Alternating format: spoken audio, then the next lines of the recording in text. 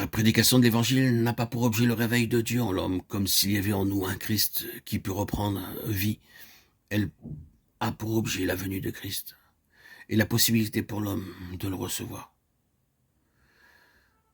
La grande doctrine paulinienne, Christ en nous, l'espérance de la gloire, ne représente pas seulement une réalité dont nos cœurs sont pleins, elle représente une nécessité absolue pour quiconque veut appartenir à Dieu. Il n'y a aucune possibilité pour l'homme de vivre dans la communion de Dieu, si ce n'est sur cette base-là, Christ en nous. Par la nouvelle naissance, l'événement qui a eu lieu historiquement à Bethléem se répète, s'accomplit en nous. Christ vient en nous par le Saint-Esprit. Et la vie nouvelle commence et se développe en nous exactement comme la vie physique d'un nouveau-né.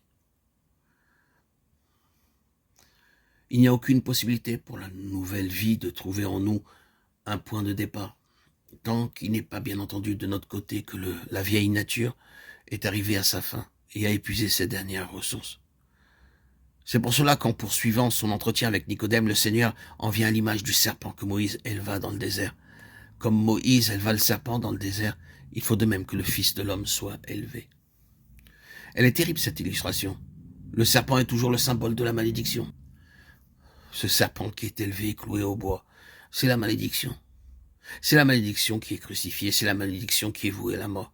Ce que Jésus dit revient à ceci. Je vais tout à l'heure prendre sur moi le péché de l'homme et de la race. Moi qui ne connais pas de péché, je vais être fait péché. Bien plus, je vais être fait malédiction. C'est en maudit que je vais mourir.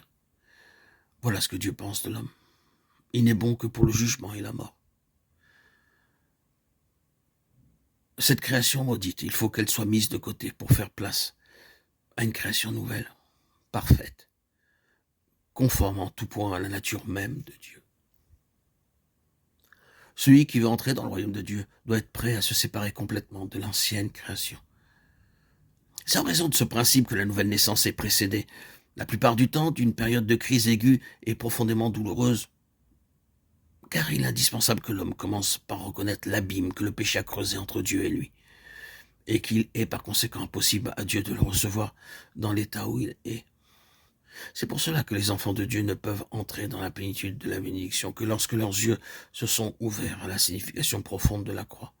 Jamais nous ne parvenons à la plénitude de la vie céleste tant que nous n'avons pas reconnu une fois pour toutes que Dieu en a fini avec notre vie naturelle et qu'il veut lui-même être tout pour nous. Seul ce qui est de Dieu pourra entrer dans le royaume de Dieu. Nous disons donc, et nous répétons que la nouvelle vie repose tout entière en ce qui nous concerne sur une renonciation explicite et sans arrière-pensée à l'endroit de la vieille nature, de la première création. C'est l'indispensable condition qui, une fois remplie, permettra à la nature divine de développer tous ses effets en nous. C'est pour cela que Jésus dit à Nicodème, « Il faut que vous naissiez de nouveau, toi et moi.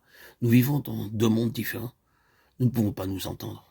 J'aurais bien des choses à te dire, mais tu ne peux pas les comprendre que si tu vis de la même vie que moi, et si, comme moi, tu es d'en haut. » Telle est la grande vérité du royaume de Dieu et la nouvelle naissance et la loi qui en gouverne l'entrée. Ils suivent l'agneau partout où il va. Apocalypse 14, 4.